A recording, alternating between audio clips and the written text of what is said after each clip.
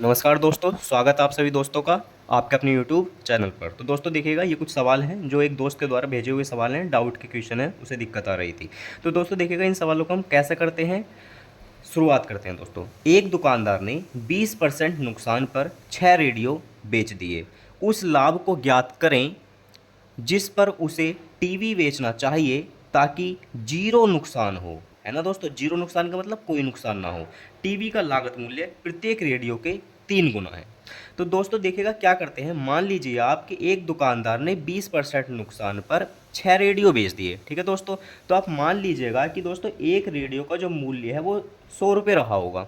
ठीक है, मान सकते हैं कि एक रेडियो का मूल्य 100 रुपये रहा होगा। ठीक, तो 6 रेडियो हमारे कितने के होंगे दोस्तों, 600 रुपये के होंगे। ठीक है, उसके बाद अब उसने कहा कि एक दुकानदार ने 20% नुकसान पर बेच दिए। हमने माना है कि एक रेडियो की कीमत 100 रुपये रही होगी, तो 6 रेडियो 600 के रहे होंगे। अब उसने 20% नुकसान पर 6 रेडियो बेच दिए। इसका मतलब क्या है कि भाई 80 रुपये में एक रेडियो बेच दिया।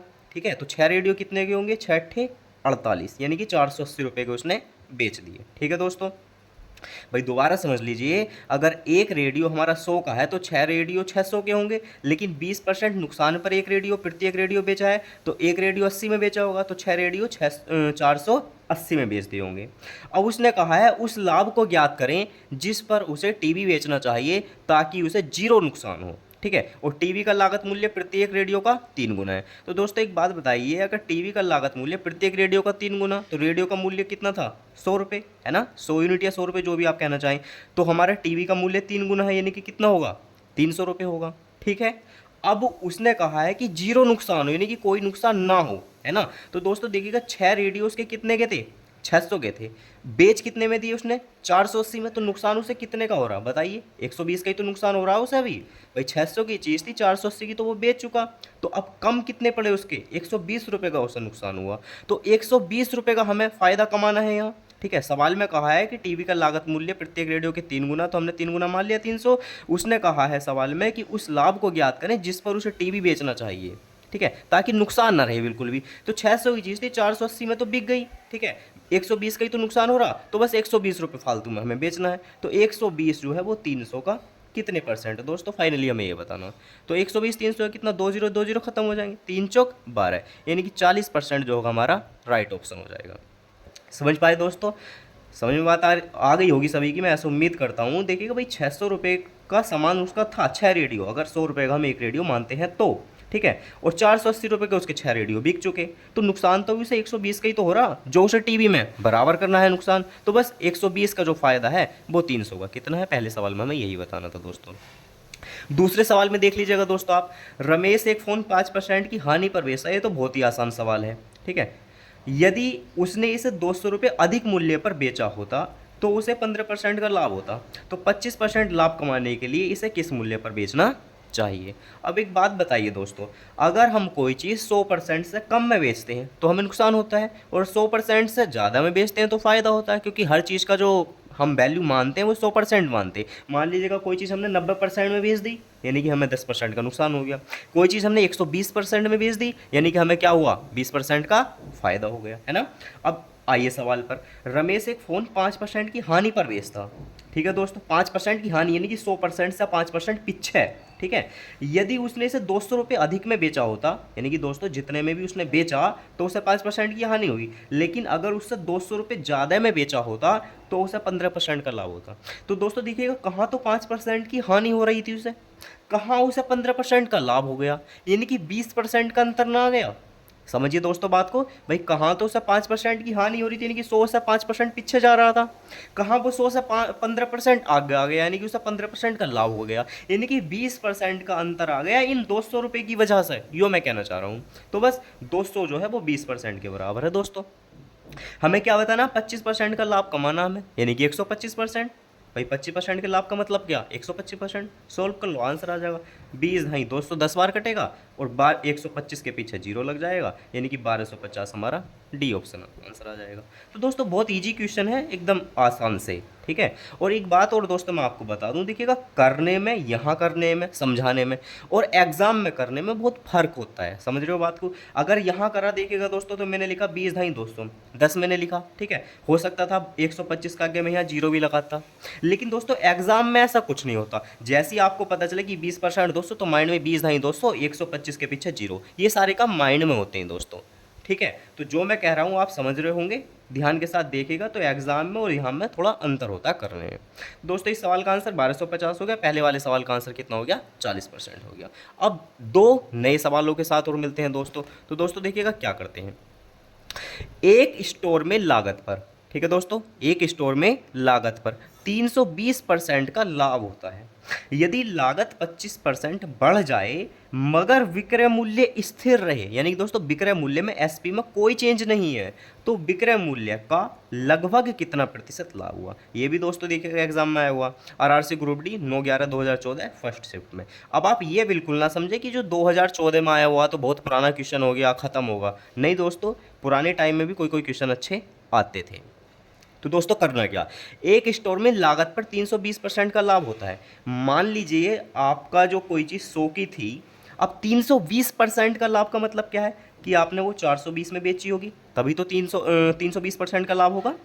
समझ पा रहे हो दोस्तों। देखिएगा 100 इसलिए मानते हैं क्योंकि 100 अगर हम मान लेते हैं तो परसेंट निकालना, थोड़ा काउंट करना ईजी होता है भाई। 100 का 5% 5, 100 का 10% 10, 100 का 50% 50, ऐसी 100 का 320% 320 हो गया।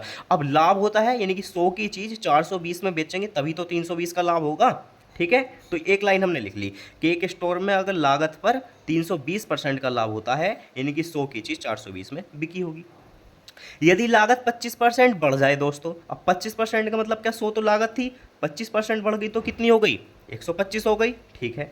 विक्रय मूल्य स्थिर रहे यानी कि जो विक्रय मूल्य है एसपी हमारा वो नो चेंज है, उसमें कोई चेंज नहीं है दोस्तों, ठीक है। पहले 100 की 420 में बेची थी, लेकिन अगर हमारा क्रय मूल्य जो लागत है वो 25% बढ़ गई यानी कि 125 हो गई, तो क्या हुआ, विक्रय मूल्य नो चेंज है।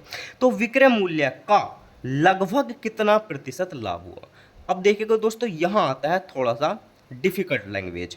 देखिएगा दोस्तों हम जो लाभ या हानि काउंट करते हैं वो हमेशा क्रय मूल्य पर काउंट करते हैं, ठीक है, सीपी पर। लेकिन यहाँ उसने साफ साफ लैंग्वेज में बोल दिया कि भाई तो विक्रय मूल्य का लगभग कितना प्रतिशत लाभ हुआ। अब देखिए दोस्तों 125 की चीज़ है, अगर हम उसे 420 में बेच रहे हैं तो कितने का लाभ होगा, 75 डालेंगे 200 हो जाएगा, 200 आगे बचेगा, ठीक है, 220 बचेगा हालांकि, तो 200 75 85 95 यानी कि 125 से 420 में बेच रहे तो 295 का लाभ होगा। लेकिन ये जो 295 का लाभ आपको निकालना है ये दोस्तों विक्रय मूल्य पर निकालना है यानी कि 420 पर, ठीक है। यही यहाँ थोड़ा डिफिकल्ट है, ठीक, बस कितने परसेंट है।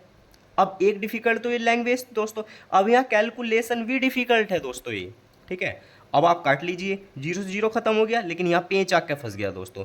295 10 यानी कि जीरो लग जाएगा, लेकिन 42 से कैसे कटेगा, 42 में 7 और 6 है, ना ही तो ये 7 से कटता है ना ही ये 6 से कटता है। ऑप्शन में नन ऑफ दीज भी है, आप अंदाज़ा भी नहीं लगा सकते दोस्तों ज़्यादा, ठीक है। तो देखिएगा दोस्तों अगर आपके पास फुल टाइम है तो आप इसे सोल्व भी कर सकते हैं, लेकिन अगर टाइम थोड़ा कम है तो थोड़ा अप्रोक्सीमेशन भी लगा सकते हैं। कैसे कर सकते हैं दोस्तों, देखिएगा 7 है इसमें, 7 से काटिए, 7 छंग 42, 7 से इसे काटिए, 7 चौक 28, एक बचा 15 हो गया, ठीक है। अब इसे आप 15 ना मान के बस 14 मान लीजिए, ठीक है, आप इसे 14 मान लीजिए तो कितना हो जाएगा दोस्तों, 7 दूनी 14, ठीक है। अब 6 सत्ते 42 और 7 के पीछे जीरो यानी कि 70% हमारा आंसर आ गया दोस्तों। और यहाँ भी क्या कहा था देखिएगा, लगभग कहा था, समझ रहे हैं बात को, यहाँ भी लगभग कहा था। भाई हमने क्या करा, हमने केवल इतना करा, जीरो से जीरो काट लिया, 7 छंग 42, 7 से इसे काटा, 7 चौक 28, एक बचा था यानी कि 15 था, बस 14 ही तो मानना है, यानी कि केवल एक छोड़ा है, यानी मामूली सी संख्या हमने छोड़ी है। यहाँ 42 पॉइंट समथिंग आएगा, कुछ आएगा, ठीक है। तो आंसर में भी 70 पॉइंट समथिंग आएगा, समझ रहे हैं बात को। तो 70% हमारा इसका आंसर हो गया। और अगर टाइम है तो आप पूरा भी कैलकुलेट कर सकते हैं। ये तो दोस्तों देखिएगा थोड़ा सा एक जो चीज़ें मैंने अपने एग्जाम में अप्लाई की हैं वो मेरा एक अनुभव है कि आप ऐसा भी कर सकते हैं। नेक्स्ट क्वेश्चन पे मिलते हैं दोस्तों। यदि विक्रय मूल्य 2 गुना हो जाता है तो लाभ 3 गुना हो जाता है। लाभ प्रतिशत ज्ञात कीजिए। बहुत छोटी सी लैंग्वेज लग रही होगी, लेकिन छोटी सी लैंग्वेज भले ही है दोस्तों, लेकिन सवाल अपने आप में ये ठीक ठाक है। समझ पा रहे होंगे दोस्तों, सवाल अपने आप में ये बढ़िया है। कैसे करेंगे दोस्तों, देखिएगा इस सवाल को भी। अब इस सवाल को करना हमें यदि विक्रय मूल्य 2 गुना हो जाता है। देखिए दोस्तों, मान लीजिएगा एक्स की चीज़ हम बाई में बेच रहे थे, ठीक है। हमारी जो वस्तु थी वो एक्स की थी, जो भी चीज़ थी, और हम उसे बाई में बेच रहे थे। तो हमें लाभ कितने का हो रहा होगा दोस्तों, वाई माइनस एक्स का हो रहा होगा। भाई एक्स की चीज़ वाई में बेच रहे थे, तो विक्रय मूल्य में से क्रय मूल्य घटाएंगे तभी तो हमारा लाभ होगा, ठीक है। अब इसने क्या कहा है, यदि विक्रय मूल्य 2 गुना हो जाता है। अब विक्रय मूल्य क्या हो गया, 2y हो गया।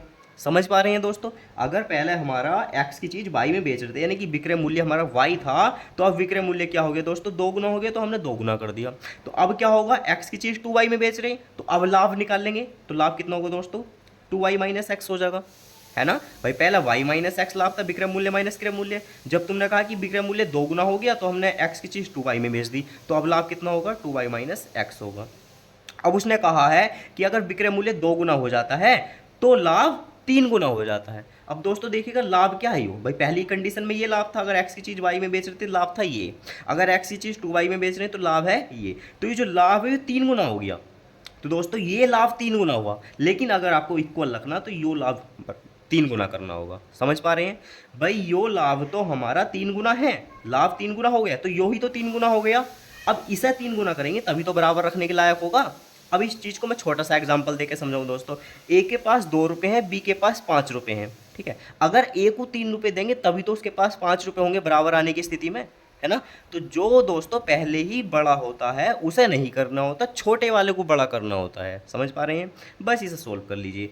ये 3 की वाई में 3y, ये 2y, इधर आके घट जाएगी, 1y बचेगा।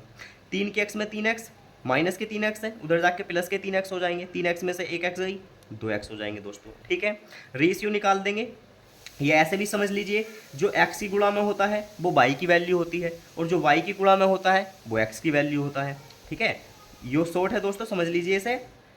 x की गुणा में जो होता है वो y की वैल्यू होता है, और y की गुणा में जो होता है, यानी कि जो यहाँ है, यानी कि 1 है, तो वो x की वैल्यू होता है, यानी कि x की वैल्यू 1 और y की वैल्यू 2। यानी कि 1 की चीज़ हम 2 में बेच रहे थे, 1 की चीज़ 2 में, यानी कि क्या हुआ, 1 का लाभ।